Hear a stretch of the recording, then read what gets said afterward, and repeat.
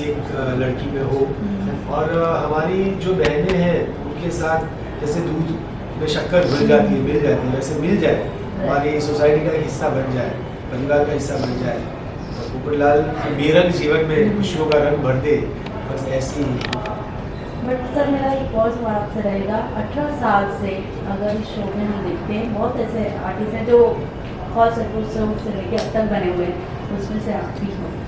इन 18 सालों में कितना अलग अब दिवाली होने वाला है और अब किस तरीके से ऑडियंस का प्यार मिलता है, क्योंकि 18 साल से शो चलना और रन करना और टीआरपी नंबर 1 पे रहना बहुत डिफिकल्टीज होती है, बहुत सारे अप्स एंड डाउन्स आए, चीज़ें बहुत सारी फेल्ट हुई कि ऐसा हो रहा है, बट आप सीज़न 1 से लेके अब तक हैं, तो क्या कुछ यूनिक देखने को मिला और अब इस दिवाली में क्या कुछ अलग होने वाला है?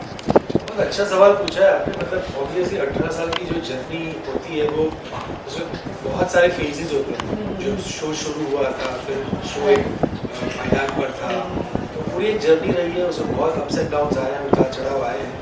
बट हमने शो से शायद वही सीखा है कि हंसते हंसते हर इशू को रिजॉल्व कर देना, या जैसे हम जो शो का हमारा ऑब्जेक्टिव है, जो गोल है, वो शायद हम पात्रों का भी है और शो का भी है। तो उसमें ऐसा होता है कि जब भी अप्स एंड डाउन्स आते हैं तो कहीं ना कहीं हमें लगता है कि अब रास्ता कैसे मिलेगा, कैसे दिखेगा, लेकिन क्या मिरेकल हो जाता है और रास्ता निकल आता है और वो हम उसे पार कर जाते हैं। तो शुरुआत से लेकर के अंत तक अभी हम भी कभी पुराने एपिसोड्स देखते हैं तो हमें याद आता है, नॉस्टैल्जिक हो जाते हैं कि हमने ये भी किया था, वो भी किया था, ये मज़ा किया था, वो मज़ा किया था। और हमारे लिए सबसे बड़ी बात यह है कि हमें ऑडियंस का प्यार जो डे 1 से मिलता आया है, जो अब तक मिल रहा है, उससे ज़्यादा बड़ा रिवॉर्ड और कुछ भी नहीं। मतलब इट इज़ प्राइसलेस। और हम शायद सब लोग मिलकर जिस रिस्पॉन्सिबिलिटी के साथ हम शो कर रहे हैं, उसके पीछे भी अभी मकसद ये है कि बाकी सारी चीज़ें हैं, बट उसके अलावा ये एक जिम्मेदारी है कि ऑडियंस का जो हमें प्यार मिला है, उनके चेहरे पे जो 8:30 से 9 बजे तक मुस्कुराहट आती है, हमें उसे बरकरार रखनी है। क्योंकि कई बार ऐसा होता है कि ऑडियंस जब हमें सेट पे मिलती है या लाइव ऑडियंस मिलती है और उनकी अपने पर्सनल किस्से बताते हैं। अभी पिछले दिनों की बात है, मैं किसी से मिला तो उन्होंने कहा कि वो जो हस्बैंड थे वो कह रहे थे कि my wife was in depression, complete depression Covid के टाइम पे, और सिर्फ आपके शो ने उसे जिंदा रखा। इससे बड़ा रिवॉर्ड क्या हो सकता है? सिर्फ आपके शो की वजह से वो बची है। She is come back. सुबह 5:30 बजे से लेके आपका शो चलता है। कोविड में रामायण और तारक मेहता का उल्टा चश्मा मैक्सिमम वॉच्ड शो था। कई बार ऐसा होता है कि कोई टर्मिनल इलनेस का पेशेंट आता है, उसकी कोई बच्चा आता है, उसकी मदर आती है, या मेक ए विश फाउंडेशन से कोई आता है और कहते हैं कि हमने उनसे पूछा कि आपकी विश क्या है, तो उनका बस ये था कि हमें तारक मेहता उल्टा चश्मा के सेट पे जाना है और वहाँ के सारे किरदारों से मिलना है, टीम से मिलना है। अभी कल परसों किसी बच्चे का 4 साल का बच्चा है, उसकी जो बुआ या मौसी है, उनका किसी कॉन्टेक्ट के थ्रू उन्होंने मुझे कॉन्टेक्ट किया था, और बस उनकी एक ही ख्वाहिश थी कि आप एक बार उससे बात कर लीजिए वीडियो कॉल पे, क्योंकि उसका ऐसा था कि मुझे सपने में आते हैं मतलब कैरेक्टर्स के। पोपट अंकल आए थे और उन्होंने मुझे बर्थडे विश किया, तो उनका ऐसा था कि हम लाइव तुझे से मिलवा देते हैं।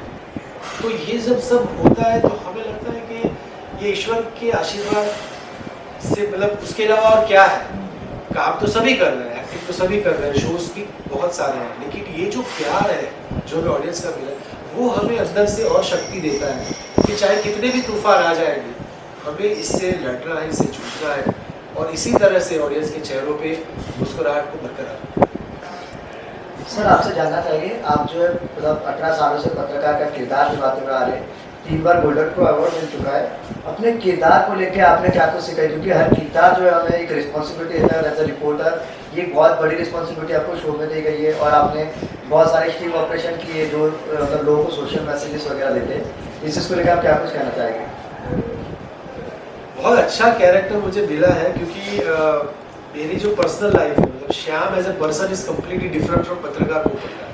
Both are poles apart. अगर श्याम नॉर्थ पोल है तो पत्रकार पोपटलाल साउथ पोल है। मतलब मैं सॉफ्ट हूँ, मृदुभाषी हूँ, मतलब मेरी पर्सनालिटी, जो भी कोई मुझे मिलता है तो कहता है कि आप अपने कैरेक्टर से तो कम्प्लीटली डिफरेंट है। लेकिन पोपटलाल की दिन की शुरुआत ही होती है दूध वाले से लड़ने से, अखबार वाले से लड़ने से।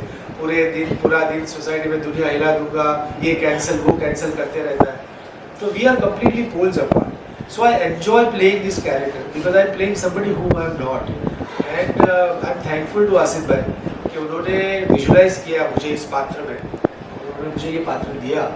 और जब शुरुआती दौर में जब ये कैरेक्टर डेवलप भी हो रहा था तो ओरिजिनल लिटरेचर में जो पत्रकार पोपटलाल का कैरेक्टर है वो उसमें कुछ ऐसे चीज़ें थी जो हम टेलीविज़न में नहीं दिखाना चाहते थे, क्योंकि बच्चे बहुत बड़ी ऑडियंस है।